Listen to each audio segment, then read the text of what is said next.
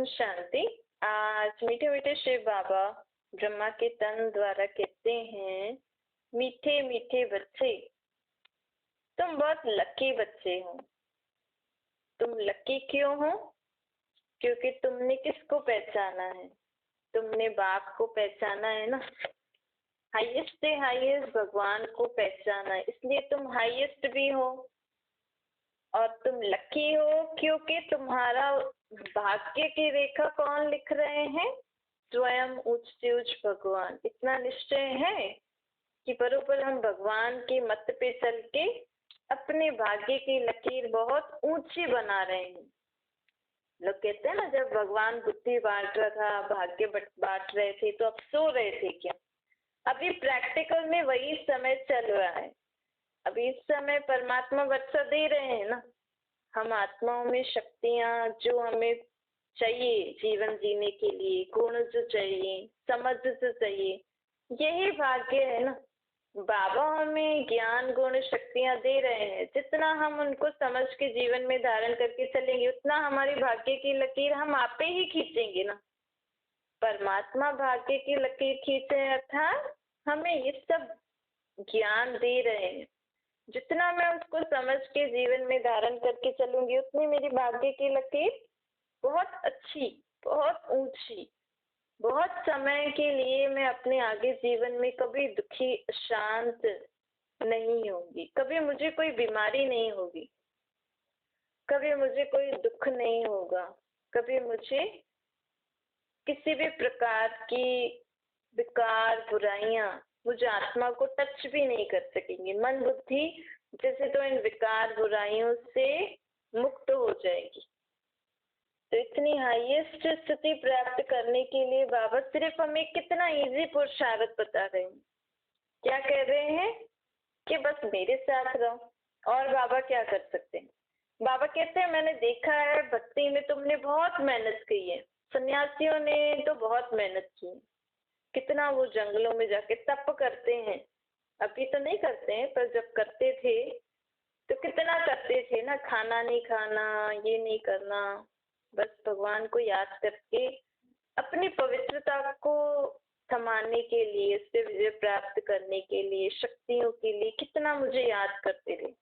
और यहाँ आपको बैठे बैठे स्वयं परमात्मा बोल रहे हैं, बस मुझे उस रूप से याद करो तो मैं तुम्हें सब दे दूंगा। क्योंकि मेरे पास मैं रख के क्या करूंगा? है ही तुम बच्चों के लिए, लेकिन प्राप्त करने की विधि क्या है? देह भान देहाभिमान को भूल, देह देह के संबंध पदार्थ वस्तु वैभव से मुक्त हो, इनके प्रभाव से मुक्त होना है। क्योंकि देह को यूज करके आत्मा को कर्म तो करना ही है ना। लेकिन स्मृति रहनी चाहिए, जैसे तो मैं आत्मा इस शरीर से करा रही हूँ और बाबा मेरे साथ है। मतलब ऊपर एक रे ऑफ लाइट, जैसे हम लाइट जलाते हैं तो रोशनी आती है ना, ऐसे सदा समझो कि ऊपर से परमात्मा की किरणें मेरे साथ हैं, मेरे पर पड़ रही। परमात्मा का साथ अर्थात परमात्मा की वो रोशनी, वो किरणें मुझे आत्मा पर पड़ रही हैं। तो ऑटोमेटिकली जैसे तो बाबा हमारे साथ है। देखो ऐसे भी सबसे इजी एग्जाम्पल, आपको जब कोई कन्या सगाई करती है तो कैसे उसको सारा दिन अपना वही फैंसी याद रहता है जिनसे उनकी सगाई हुई है, याद रहता है ना। वो सबके बीच में रहते हुए भी जैसे तो सदा उनके बारे में ही सोचती रहती है, जो भी बातें करते हैं वही सोचते रहते हैं, तो जैसे सदा ही उसके साथ है। तो ऐसे ही हमें भी बाबा को ऐसे ही याद करना है ना। बल वो दोनों एक दूसरे से मिल नहीं रहे हैं, लेकिन याद कर रहे हैं ना। आप अपने बच्चों की बात, बच्चों के लिए सोच रहे हैं, बच्चों की बातें याद करते हैं। तो बाबा कहते हैं, कोई किसी को फ्रूट, किसी को वेजिटेबल। अब दूध बेचने वाले को सारा नींद में भी दूध याद आएगा, मिठाई बेचने वाले को नींद में भी मिठाई याद आएगी। तो ऐसे ही हमें बाबा को अपना साथी बना के रखना है। इससे क्या होगा? परमात्मा की याद की शक्ति से, परमात्मा की जो गुण शक्तियां हैं, जो उनमें ज्ञान है, वो मुझे आत्मा में ऑटोमेटिकली भरता जाएगा और मेरे कर्म, मेरे संस्कार, स्वभाव ऑटोमेटिकली चेंज होते जाएंगे। आपको मेहनत भी नहीं करनी पड़ेगी। एक होती है मेहनत से प्राप्ति, भक्ति में तो हमने मेहनत की, लेकिन ज्ञान में भी आके क्यों हम मेहनत करें? क्यों ना बाबा को सारा दिन साथ रखे, तो मेहनत से मुक्त हो जाएंगे ना। तो बाबा कहते हैं अब तुम बहुत लकीस्ट हो, तुमने मुझे पहचाना। सबसे ज्यादा हमने उससे परमात्मा को अपना बाप समझा। देखो ये भी बहुत बड़ी बात है। भगवान को लोग, हम कहें कि भगवान बस कहते तो है भक्ति में आप माता पिता हम बालक तेरे, लेकिन बाबा कहते हैं आप अपने आप से पूछो, क्या आपने कभी भक्ति में मुझे अपने बाप के संबंध में याद किया? मुख से तो बोलते थे, कभी उस संबंध का हमने अनुभव किया? तो इस देहदारी जो माँ बाप होते हैं उनसे जैसे आप बात करते थे, जिससे व्यवहार करते थे, जैसे कुछ वो मांगना होता है, भाई मुझे ये चीज चाहिए, ये चाहिए, ऐसे कभी आपने भगवान को अपना बाप समझ के याद किया, बातें की? तो अब हमें ज्ञान मार्ग में सबसे पहले हमें बाबा ने क्या परिचय दिया कि आप आत्मा हो, और जो आप कहते हैं ना परमात्मा परम पिता, उसका मतलब मैं परे से परे रहने वाली आत्मा, तुम परे से परे रहने वाला बाप हूँ तुम्हारा, और तुम आत्मा हो। कितना इजी हो गया ना। कहाँ तो हम भगवान समझ के उनको, उनके आगे कितना माथा टेकते थे, किसी भी रूप में आप पीछ पूजते थे, भले भले किसी भी रूप में भगवान को याद करते थे, लेकिन कितना हाथ जोड़ना, सर झुकाना, और जिसके भी रूप में आप करते थे उनके चरण धोना, फिर लोग तो उनका अमृत भी पीते हैं, अमृत बना के। और यहाँ तो बाबा ने कितना श्रेष्ठ कर दिया, उच्च भगवान मेरा बाप है, तो अब उनसे मांगना है या अधिकार से प्राप्त करना है? माँ बाप से कुछ मांगना होता है या हम कहते नहीं हमारा तो अधिकार है, हमें तो ये आप ही मिलेगा।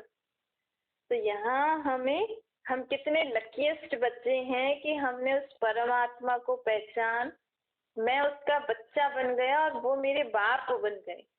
है तो सही, लेकिन पहचाना तो जैसे बन गए। तो बाप बच्चों को क्या देते हैं? वर्षा। आप भले कुछ भी नहीं करो, आप रोज सुबह को उठ के बाबा से गुड मॉर्निंग करो, जैसे तो मैं आत्मा अपने बाप से गुड मॉर्निंग कर रही हूँ। और रोज रात को अपने फादर के रूप में उनको याद करके उनको मन की सारी बातें बता के सो जाओ।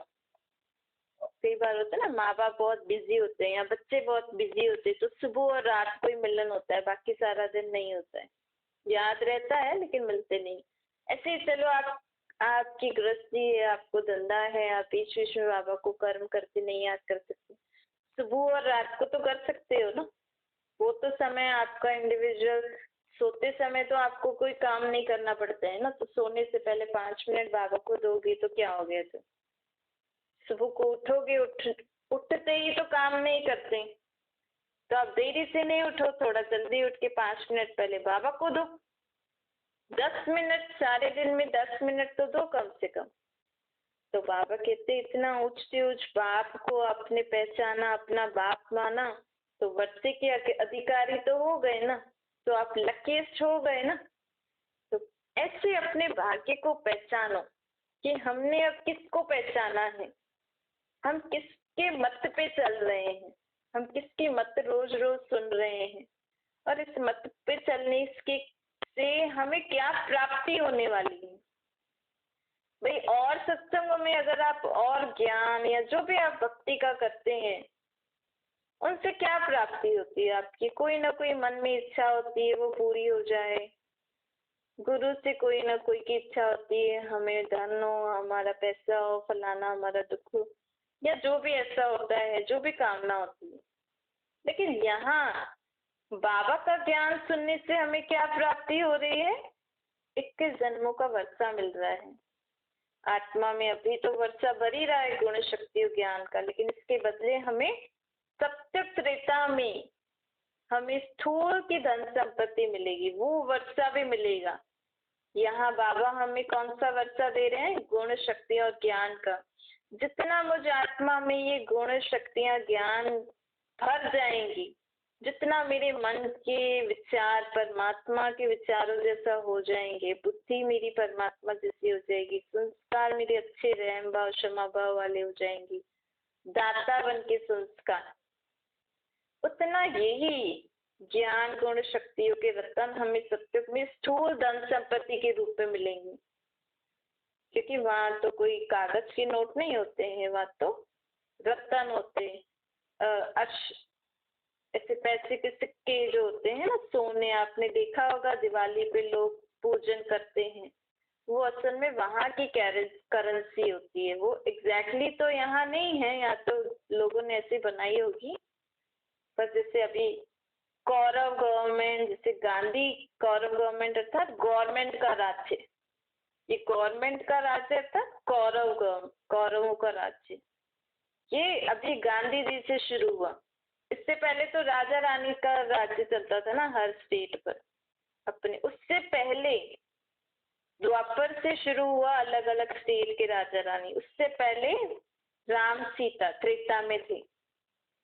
तो वहां की जो भी करेंसी होगी उसमें उनके फोटो होंगे राम सीता के, और उससे पहले थे लक्ष्मी नारायण, तो कई सिक्कों में लक्ष्मी नारायण आते, मतलब उस दुनिया की करेंसी ऐसी होगी।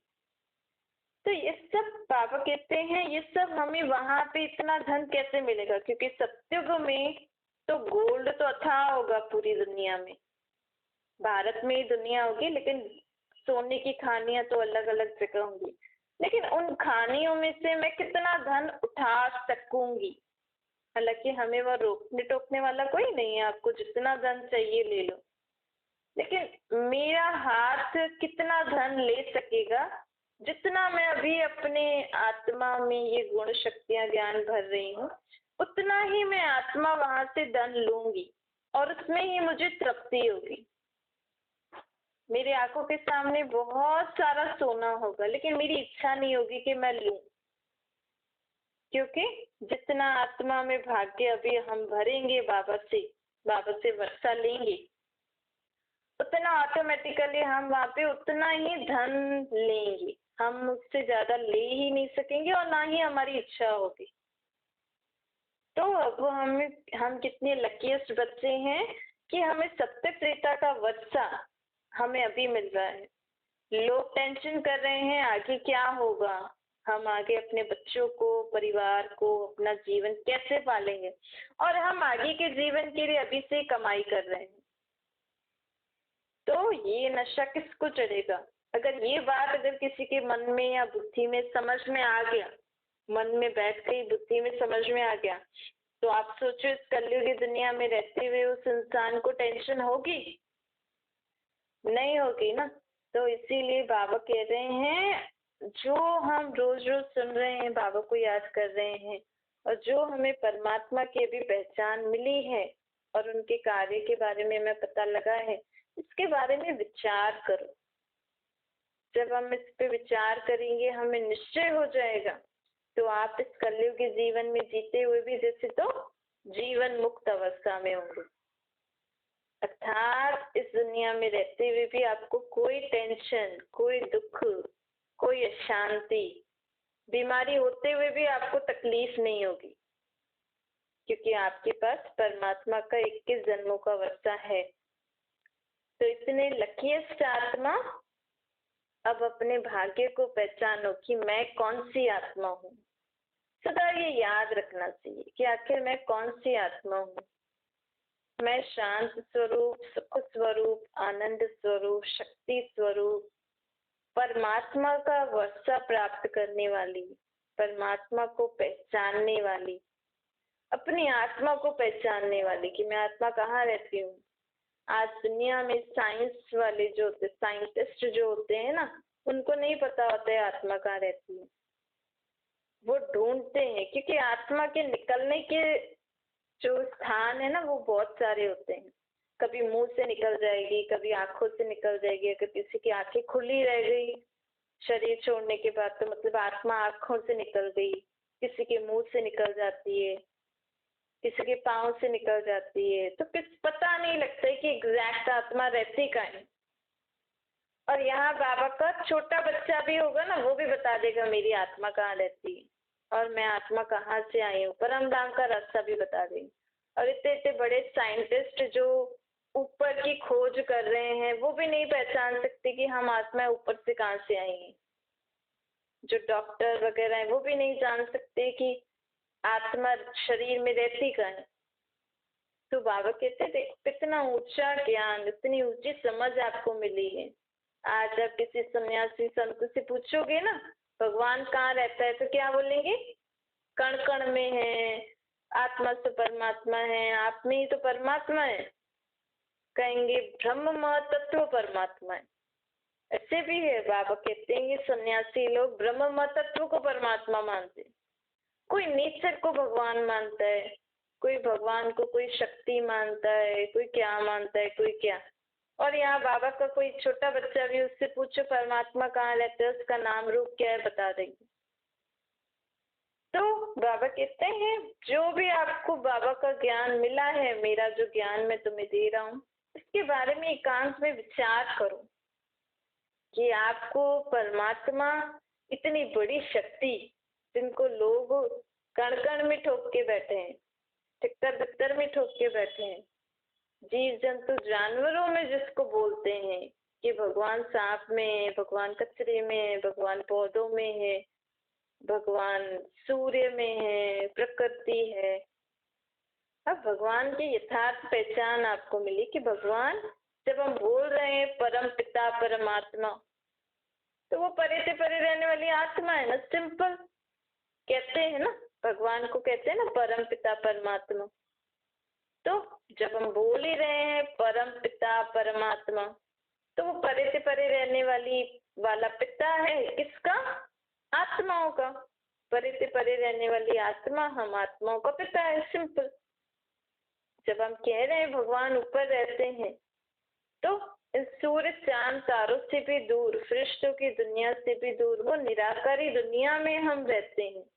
वो ब्रह्मांड में हम आत्माएं और हमारा बाप रहते हैं। हम तो नीचे आ गए लेकिन हमारे बाप तो ऊपर ही रहते हैं ना। वो कैसे आएंगे सृष्टि पर? उनको उनको तो सृष्टि पर शरीर लेना नहीं है, तो बिना आत्मा बिना शरीर के सृष्टि पर क्या करेगी? हालांकि बाबा अभी आते भी हैं नीचे ब्रह्मा के तन में, तो भी बाबा उनके तन में आके ज्ञान सुना के चले जाते हैं। अगर जिसका घर ही नहीं है यहाँ पे, तो क्या करेंगे? भटकेंगे क्या यहाँ पे? हम सब आत्माओं को तो अपना अपना घर है ना। ये शरीर क्या है? आत्माओं का घर है। परमात्मा के पास अपना शरीर रूपी घर है ही नहीं। अब किसी और के शरीर रूपी घर में कितना समय रहेगा कोई? आप भी कहीं जाओगे तो कितना समय एज अ गेस्ट किसी के घर में रहोगे? आखिर तो अपने घर में आओगे ना वापस। ऐसे परमात्मा भी कहते हैं मैं चलो ब्रह्मा के तन में आता भी हूँ, लेकिन कितना समय मैं उसके शरीर में रहूंगा, क्योंकि उस आत्मा को भी तो अपना कार्य करना होता है ना भाई, शरीर को खिलाना पिलाना और इसकी संभाल करना। तो दो आत्माएं एक शरीर में रहेंगी, तो बाबा को क्या काम? वो अपनी आत्मा उसका कार्य करेगी। जब वो आत्मा अपना देह का सारा कार्य कर लेती है और जब मुझे ज्ञान सुनाना होता है तो मैं उसके शरीर में आके ज्ञान सुना के फिर चला जाता हूँ। तो बाबा को जितना हम परमात्मा को अपना बाप, नजदीक का संबंधी समझ के याद करेंगे ना, देखो किसी से भी अगर हमें संबंध जोड़ना होता है ना, तो कुछ ना कुछ संबंध देना पड़ता है, नाम किसी न किसी संबंध से याद करना पड़ता है। चाहे उसको हम फ्रेंड बना लेंगे, चाहे उसको हम अपनी बड़ी सिस्टर, ब्रदर, या अगर सामने वाले पर्सन से हमें मदरली केयर मिल रही है तो हम उनको बोलेंगे आप तो मेरी मम्मी जैसी हो। अगर हमें उनसे फादरली केयर मिल रही है तो हम बोलेंगे आप तो मेरे पापा जैसे हो। तो जब तक हम उनसे वो संबंध नहीं जोड़ते तो हमें वो क्लोजनेस नहीं आती। तो ऐसे अगर भगवान को आपको समझना है कि भगवान कौन है और उनको मैं क्यों घड़ी घड़ी याद करती हूँ, तो उनसे कोई नजदीक का संबंध जोड़ लो। आपको पहचान तो मिल गई ना कि भगवान निराकार है, उसके पास शरीर नहीं, वो परम धाम में रहते हैं। और वैसे वो उनका असली हमसे संबंध है कि वो हमारे बाप है।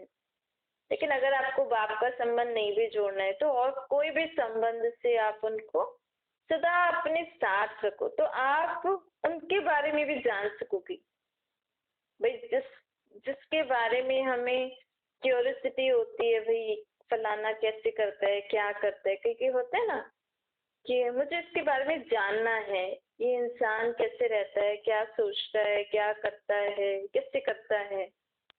तो अब बाबा हमें ऑफर कर रहे हैं कि अगर तुम्हें जानना है कि मैं क्या करता हूँ, कैसे करता हूँ, कैसे ऊपर रहता हूँ, कैसे तुम्हारी मदद करता हूँ, कैसे ये भक्ति में इतने लोग मुझे अलग अलग मूर्तियों के रूप में अलग अलग तरीके से याद कर रहे हैं, कैसे मैं तुम्हारी मनोकामना पूरी करता हूँ, तो मेरे से कोई ना कोई संबंध जोड़ दो। अगर तुम्हें सदा मेरी मदद चाहिए तो सदा मुझे किसी न किसी संबंध से याद करो, परंतु अब भगवान और भगत का संबंध नहीं रखना, क्योंकि ये तो भक्ति का पाठ पूरा हुआ। अब मुझे किसी न किसी और संबंध से याद करो, माँ बाप, भाई बहन, बेटा, दोस्त, बहन, बेटी, सतगुरु, बड़ा बड़ा सतगुरु, आपके गुरुओं का भी गुरु में आकर तुम्हें अब श्रेष्ठ मत दे रहा हूँ। दुनिया में तो अनेक प्रकार की मतें मिलती है ना, लेकिन अब परमात्मा हमें कौन सी मत देने आए हैं? बहुत सहज मत।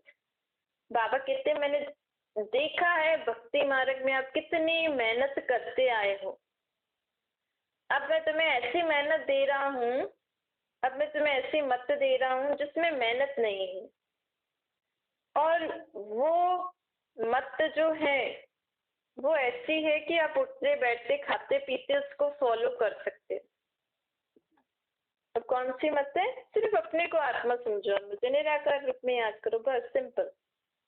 मैं तुम्हें ये भी नहीं कह रहा हूँ कि तुम मेरे नाम का व्रत रखो, मालाएं जपो, जो भी आप करते हो भक्ति के रीत, वो सब देहधारियों की मत है, वो सब मनुष्य मत है। ईश्वरीय मत कहती है मेरे से कुछ भी प्राप्ति करनी हो तो अपने देह के संबंध पदार्थ वस्तु आदि से लगाव मुक्त उनको भूल मुझे अपने को आत्मा समझ के मुझे निराकार रूप में याद करो तो तुम्हें सब प्राप्तियां हो जाएंगी। इतनी गारंटी आपके देहधारी गुरु ने की है आपसे कभी? अगर आपका है तो कोई किसी भक्ति में कभी आपने कहीं पढ़ा है ऐसा कि भगवान बोल रहे हैं देह के संबंधियों को भूल अपने को आत्मा समझ और मुझे निराकार रूप में याद करो तो तुम्हारी सब मनोकामना पूरी हो जाएंगी। गीता में ऐसे लिखा है देह के संबंधियों को, लेकिन अर्थ थोड़ी समझा। आपने पढ़ा तो सही, लेकिन किस विधि से हमें ये करना है, ये विधि तो हमें बाबा ने अभी बताई है ना। तो अब बाबा अभी हमें सिर्फ ज्ञान नहीं दे रहे हैं, बाबा विधि भी बता रहे हैं। दुनिया में लोग रिद्धि सिद्धि करते हैं ना, उल्टे सुलटे काम करके सिद्धियां प्राप्त करते हैं। या बाबा हमें कौन सी विधि बता रहे हैं? अपने को आत्मा समझो और मुझे याद करो निराकार रूप में तो तुम्हें सब सिद्धियां प्राप्त हो जाएंगी, अर्थात तुम्हारी सब मनोकामना पूरी हो जाएंगी। अच्छा मीठे मीठे से बच्चों प्रति माता पिता बाप दादा का याद प्यार और गुड मॉर्निंग। रूहानी बाप की हम सभी रूहानी बच्चों को नमस्ते। हमारे भी रूहानी माता पिता बाप दादा को याद प्यार गुड मॉर्निंग और नमस्ते। वरदान है स्वस्थिति द्वारा सर्व परिस्थितियों का सामना करने वाले अव्यक्त स्थिति के अभ्यासी बनो। जब अव्यक्त स्थिति के अभ्यास की आदत बन जाएगी, अव्यक्त स्थिति अर्थात लाइट का शरीर, एक सेकेंड आप अपने इस देह के शरीर को भूल के अपने लाइट को शरीर को देखिए। आपकी आंखें एकदम लाइट लाइट, मुख एकदम लाइट लाइट, आपकी पूरी बॉडी लाइट लाइट है, हाथ पांव सब लाइट और लाइट। ये होती है अव्यक्त स्थिति। मतलब मैं उठ तो रही हूँ, एक है बाबा कहते हैं अपने को आत्मा निराकार आत्मा समझ के उठो बैठो खाओ पियो। एक होती है अव्यक्त स्थिति अर्थात अपने को लाइट का शरीर समझ के चलो, बैठो, खाओ, पियो। तो ये अगर हमें ये अभ्यास हो जाएगा, अविक स्थिति के अभ्यास की आदत बन जाएगी, तो हमारी इस स्थिति द्वारा हम हर परिस्थिति का सामना कर सकते हैं, अर्थात उससे पार जा सकते हैं। अगर ये आदत हमने डाल दी ना, तो हम कभी भी धर्मराजपुरी में नहीं जाएंगे। इस अभ्यास को हमें नेचुरल और नेचर बनाना है, तब ही हम आने वाले जीवन में अगर कोई भी परिस्थिति आई, कोई भी बात आई, तो हम उसको सहज पार कर लेंगे। और बाबा कहते हैं अब क्या करना है, इस स्थिति को प्राप्त करने के लिए अपनी पुरानी आदतों से, पुराने संस्कारों से, पुरानी बातों से पूरा पूरा वैराग्य चाहिए। मतलब मेरे जो पुराने संस्कार, आदतें, बातें थी, उनको एकदम बाबा को देख के आप भूल जाओ और एकदम हमें कौन सी बातें याद रखनी है जो बाबा हमें बता रहे हैं, हमें कैसे जीवन जीना है जिसे बाबा हमें सिखा रहे हैं, हमें कैसी आदतें बनानी है जिसे बाबा की आदतें बाबा जैसे सिखा रहे हैं। हमारे संस्कार बाप समान हो जाने चाहिए। स्लोगन है, स्वयं को निमित्त समझ करनहार समझो, तो किसी भी कर्म में थकावट नहीं आएगी। हम जो कहते हैं ना, कभी ज्यादा काम हो जाता है तो थक जाते हैं, तो बाबा कहते हैं हर कर्म करते ही समझो मैं निमित्त हूँ। जैसे आप अगर मदर है तो एज अ मदर आपकी ये ड्यूटी है, आप उसके लिए आपको निमित्त बनाया है ना कि आपको ये सब काम करना है, तो हमें थकावट नहीं होगी। ऐसे आपका जो भी काम है उसमें अपने आप को निमित्त समझो कि नहीं मुझे ये करना ही है, तो हम खुशी खुशी से भी करेंगे और अच्छे से करेंगे और थकावट भी नहीं होगी। अच्छा,